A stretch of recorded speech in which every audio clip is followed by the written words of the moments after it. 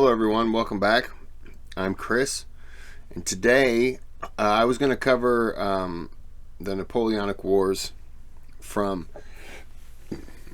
I did 1805 to 1809, and I saw the other one which was 1809 to 1815. It was 3 some hours, and instead of doing that, I saw it had been broken down, kind of, I'll say battles, but like years. And stop it. And so, sorry, it's my dog. So I decided I would do this one, Spain, 1809, 1811, and then I'll just I'll break them down that way, and we'll just continue.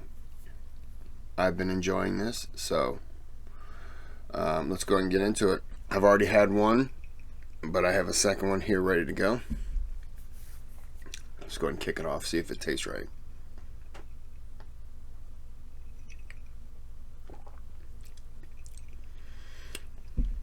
Yeah, it's good.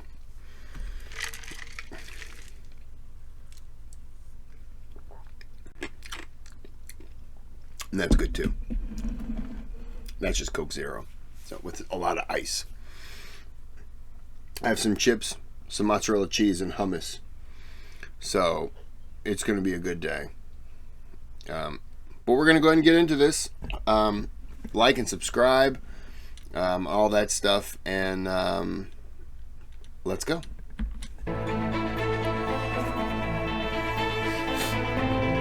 This is Epic History TV, by the way. I've been on a roll with them.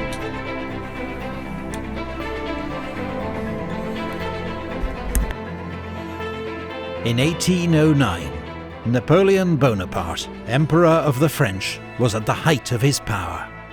He had just won another crushing victory against Austria at Wagram and imposed a humiliating peace treaty. But the war he'd started in Spain and Portugal, with his ill-judged invasion the previous year, continued to rage. Napoleon had placed his own brother Joseph on the Spanish throne, uniting a proud country against him. His troops had dealt ruthlessly with popular uprisings, while routing a succession of Spanish armies. In February 1809, Marshal Lannes overcame the heroic defence of Zaragoza in a brutal siege that cost 54,000 Spanish lives and 10,000 French. But still, the Spanish and Portuguese remained defiant. And 3 months after their escape from Coruña, the British were back. In April, Sir Arthur Wellesley landed in Lisbon to lead a small Anglo-Portuguese army. British redcoats would fight alongside Portuguese troops, who, with the help of British training, would soon prove themselves highly effective. 3 weeks after arriving in Portugal, Wellesley moved against Marshal Soult's Second Corps, which had recently taken Porto. Soult and his troops, preoccupied with... This is, by the way, still off of the original war that he tried to perpetrate against Portugal, and then he took over Spain by having his troops come in. There was the uprising, and then he took the king in from Spain to protect him, and then made him abdicate the throne. So this is kind of still rehashing that war, I believe. Correct me if I'm wrong, but I'm from what I remember of that, which that's kind of what I remember. Plundering the region, had no warning of the British advance, and were soon in headlong retreat back through the mountains into Spain.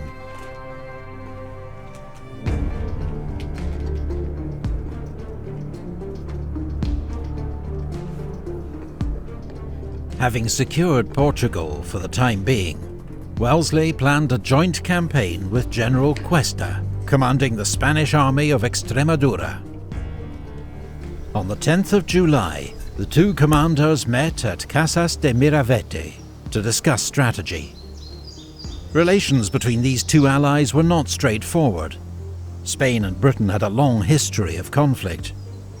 the Spanish were deeply suspicious of British intentions in Spain, while the British had a low opinion of the Spanish army, which they considered poorly trained and badly led. Wellesley's request to take over command of Spanish forces was rejected, but the generals agreed to a joint advance up the Tagus Valley towards Madrid, At least they agreed on to be something. supported by General Venegas, advancing from La Mancha. In the face of their advance, Marshal Victor's First Corps withdrew to Talavera, where he was joined by King Joseph and General Sebastiani's Fourth Corps. The French plan was for Joseph's army to defend Madrid, while Marshal Soult led 3 corps down from the north. I have a... excuse me. I have a stupid question for anyone. My nephew might know this. Did the French army have the success it had because of Napoleon, or did they have the success they had? Sorry, I thought I was going to sneeze for a second. Did the French army have the success it had because of Napoleon, or did they have the success because of Napoleon having good commanders and generals underneath him, or were a lot of them overlooked and it's more placed on Napoleon as opposed to, you know, sharing the wealth? Or was he kind of the one guy and he kind of told them, this is what I want you to do, and they did it and it worked, or it didn't work? Or, you know, that's kind of what I don't know if I'm asking it properly, or if it's wording right. But if you understand what I'm saying, answer the question. If you don't, then ask me, what the hell were you saying, you drunk bastard? Get behind and trap the Anglo-Spanish forces. But Joseph, worried by Soult's slow progress and General Venegas's advance on Madrid, decided to attack at Talavera. This video is brought to you by our sponsor, CuriosityStream, home of more than 2,500 documentaries exploring themes such as science, technology, and the natural world. Go to Dream get for Curiosity sponsoring Stream, this everyone. video. I don't have it, but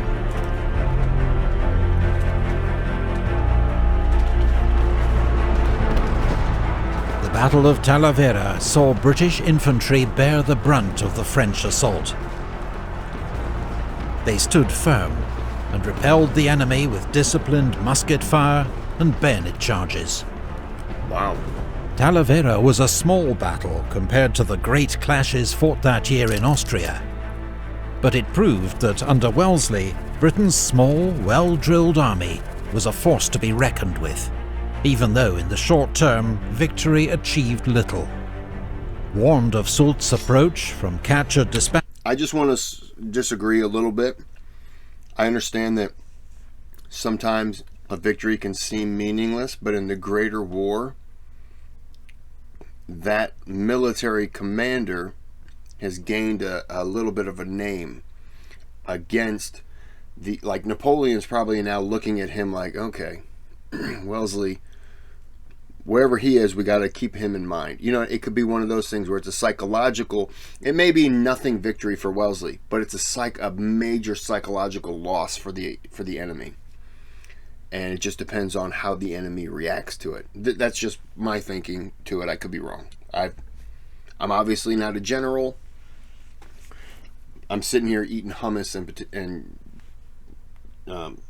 Tostitos, so the hell do I know?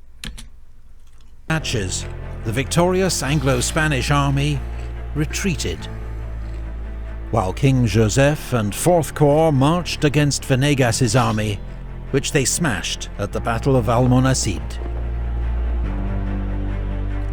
I love the names. That autumn, the Supreme Junta in Seville, Free Spain's effective government, raised 2 new armies for another attempt to liberate Madrid, planning to converge on the capital from north and south.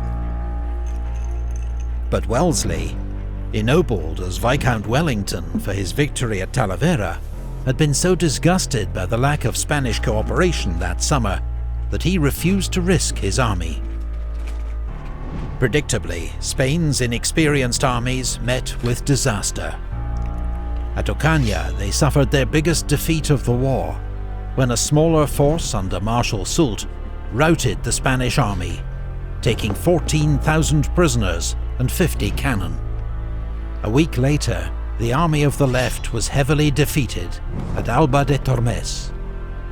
There was more bad news when Girona fell to the French after an epic 7-month siege.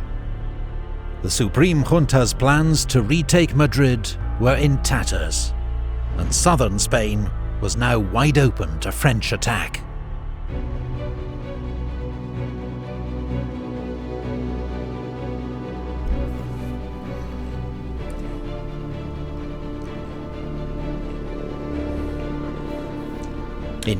You don't win hearts and minds. As an American, we know that. You don't win hearts and minds. You are an oppressor. Does not matter. Switch it around. If you're an American and you're saying, oh, forget all that.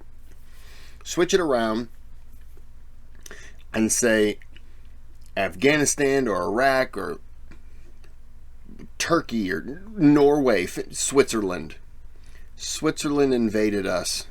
Do you think that, and they showed up and they were like, we are liberating you. Do you think we'd be cool with that? Of course not. There is no hearts and minds. Your heart and your mind is for your country and your government, unless your government is terrible.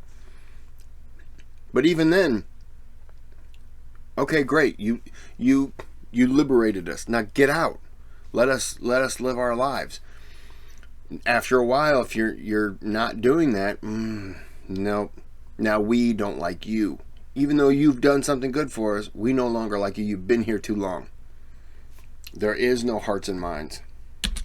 January 1810, King Joseph marched south with an army of 60,000 men. Spanish resistance evaporated.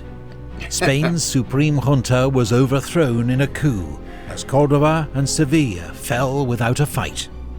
Joseph, who still hoped to win over the Spanish with his progressive reforms, was welcomed by many as a saviour from anarchy.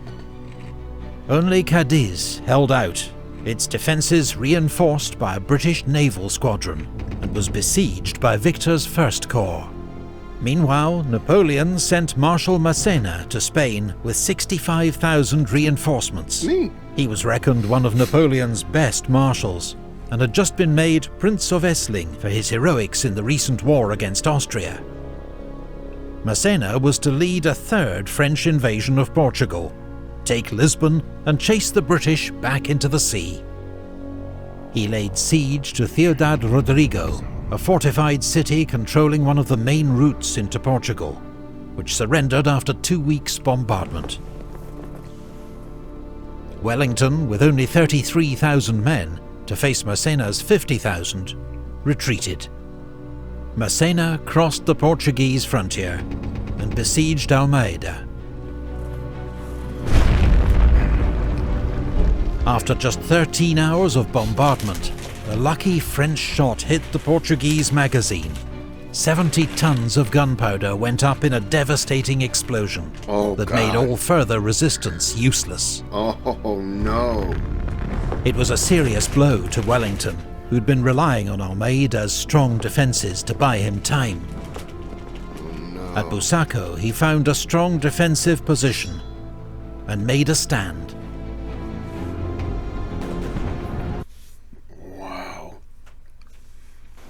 We knew that the shaving industry was sort of intentionally broken, it feels like. Seriously?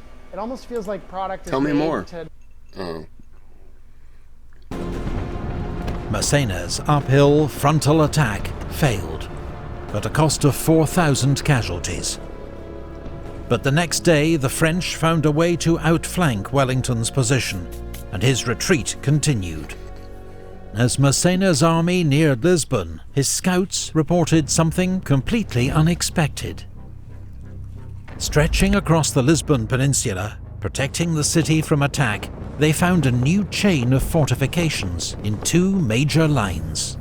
Known as the Lines of Torres Vedras, the British and Portuguese had been constructing these defences for more than a year. Oh wow. Now the lines bristled with more than 100 forts, redoubts and batteries, manned by 30,000 troops and 250 guns. Massena soon discovered the lines were far too strong for him to attack.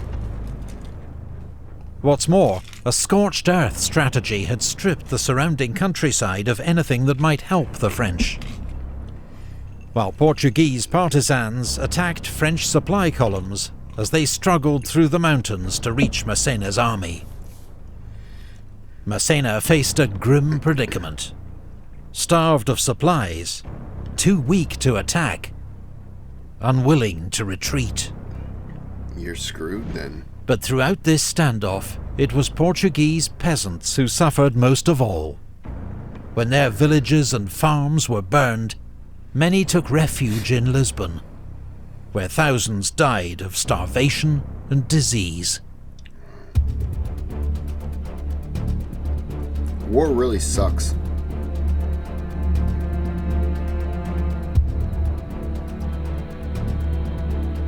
Back in France, Napoleon... What did that mean? Is he saying that you're no longer the guy that I know, or that you're no longer the general or whatever that I knew? Is that what he's meaning? ...had been preoccupied with his divorce from the Empress Josephine, and then a new marriage to Archduchess Marie-Louise, daughter of the Emperor of Austria.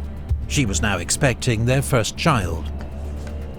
Nevertheless, from Paris, Napoleon sent frequent orders to his marshals in Spain and Portugal, urging them to take more aggressive action. But when these orders arrived weeks later, they were usually out of date and showed little understanding of the problems his marshals faced. He now ordered Soult, based in Andalusia, to go on the offensive to draw enemy forces away from Lisbon, so Massena could take the city.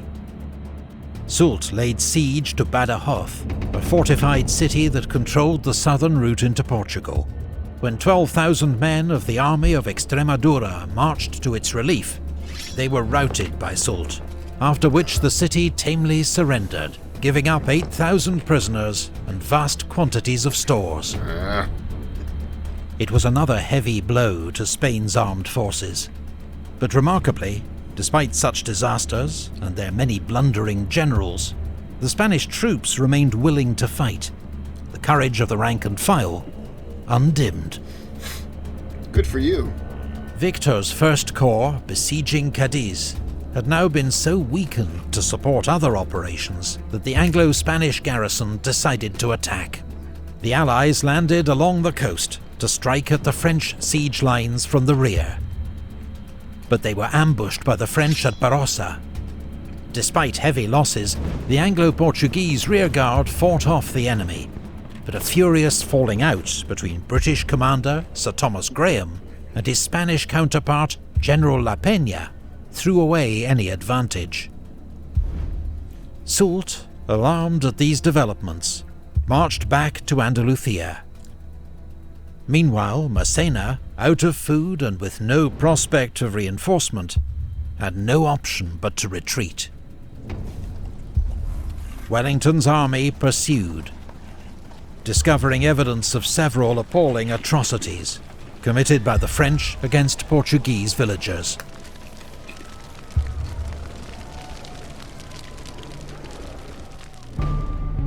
There were running battles with the French rearguard, brilliantly commanded by Marshal Ney, until he was sacked by Massena for criticising his leadership. Having chased the French out of Portugal, Wellington besieged Almeida. Massena's army, now rested and reinforced, marched to its aid. The two armies clashed again at Fuentes de Oñoro. In 2 days of heavy fighting, Massena failed to break through Wellington's position, to relieve Almeida. The fortress fell the next week, but to Wellington's fury, British bungling allowed most of the French garrison to escape. Massena had lost 25,000 men in Portugal. Now he'd lost Almeida too, and a string of bad decisions, not least to bring his mistress with him on campaign, had cost him the respect of his officers. The Marshal, whom Napoleon had once nicknamed the Dear Child of Victory, was recalled to France in disgrace, never to hold senior command again. Oh, wow. Napoleon sent Marshal Marmont to replace him.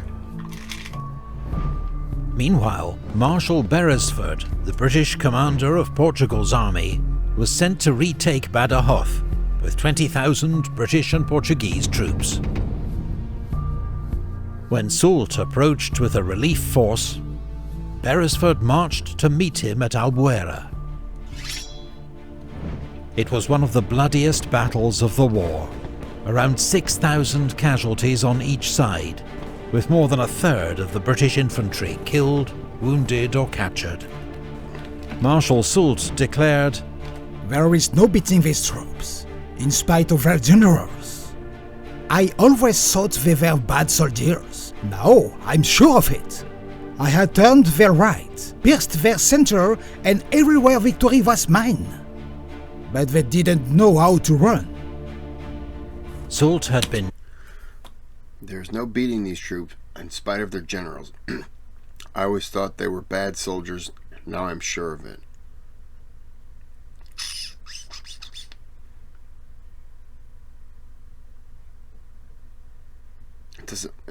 That doesn't make sense.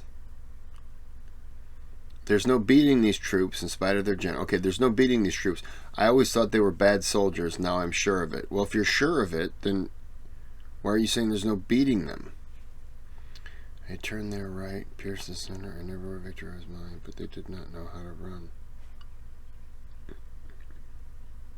Yeah, they weren't cowards. They were willing to fight. So I don't understand how that... unless he's saying they should have ran. They were dumb, they should have run. And he killed them all. I'm sure that he's going to get into it more, and I just paused it too early. checked, but he was determined to save Badajoz. The newly arrived Marshal Marmont marched to his aid, and they advanced again. This combined army forced the British to abandon the siege. But when Wellington withdrew to a strong defensive position across the Portuguese border, Soult and Marmont did not pursue. French commanders in Spain had learned grudging respect for Wellington and for the steadiness of his troops. For now, the war in Spain had entered stalemate.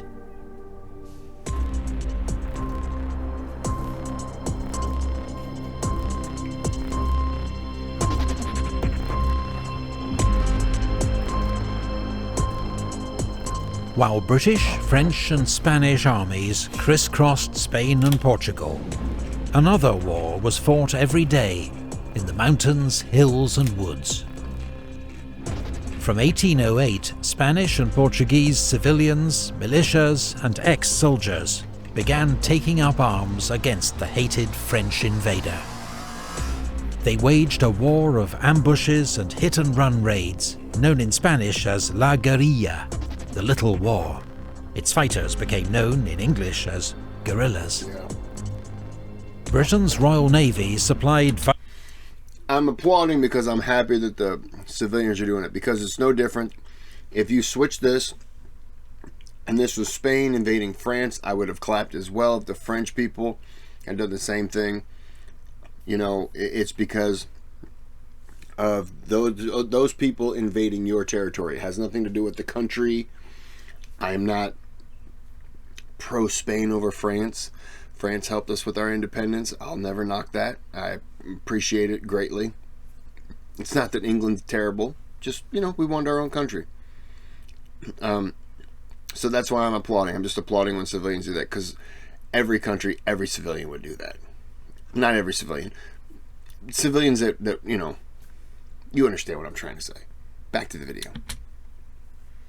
Vital weapons, stores and money. often landing them behind enemy lines. Much of Spain's rugged countryside fell under the control of the guerrillas. North of Madrid, Juan Martín Díez, an ex-soldier known as El Empecinado, the Stubborn, led a guerrilla band 6,000 strong. In Navarre, Esposimina, a former peasant, ran a highly organised band that caused havoc for the French, capturing convoys and couriers on the strategic Burgos-Bayonne road, and branding Viva Mina on the forehead of collaborators. While in the west, Julian Sanchez, known as El Charro, led the self-styled Lanceros de Castilla. El Charro himself. So we have a premier stack here at UMZU for guys that is extremely popular, and it's for good reason. I mean, a lot of guys will buy, they'll buy Testro X. I love this stuff. El Charro himself wore a French hussar's cap, its eagle symbolically turned upside down. There were dozens more bands operating across Spain, though a few were no better than bandits, terrorizing civilians as often as the enemy. The guerrilla war was merciless, marked by hideous atrocities on both sides.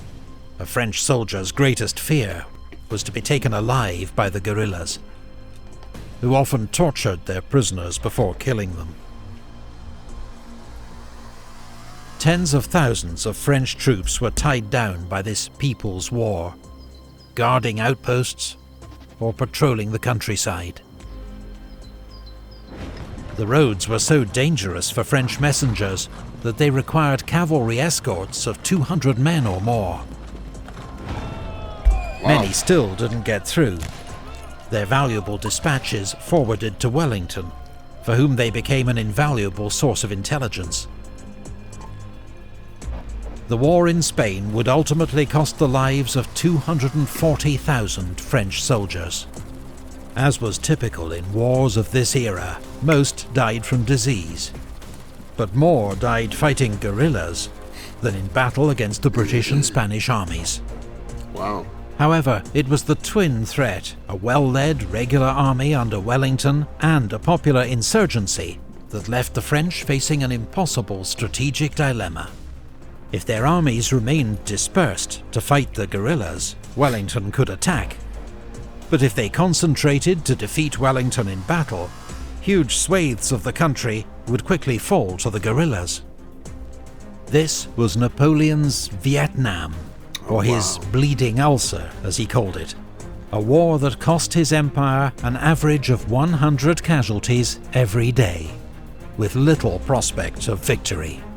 And in 1812, as Napoleon launched his gigantic invasion of Russia, Wellington and the guerrillas launched their own offensive that would turn the war in Spain on its head. Thank you to all. Quick question, which I'm pretty sure I already know the answer to. That, I'm going to butcher his name now. Was it Wellesley? Wellesley? The British leader? He went to Lisbon, right, where they had been constructing all those forts and basically a defense line for like a year. That's where he went, right? I'm pretty sure. I don't want to go back, but I'm pretty sure that's where I remember him going, because he just suddenly disappeared, and I thought, wait a minute, I remember he went somewhere. Okay, I'm gonna end this here. I'm gonna jump right into the next one. I gotta get a refill on the old brain think juice, and hey, look, it's Thursday. I'm off. I'm home early. It's 4:30. I'm done, but it's good. It's a good day. A couple rum and cokes in me. Gonna have a couple more, 3 more, 4 more, maybe 5 more. Depends on how the day goes. Got some chips. Should probably eat. Now, you don't care about any of this. Alright, so we're gonna end the video, and have a good day, have a good night.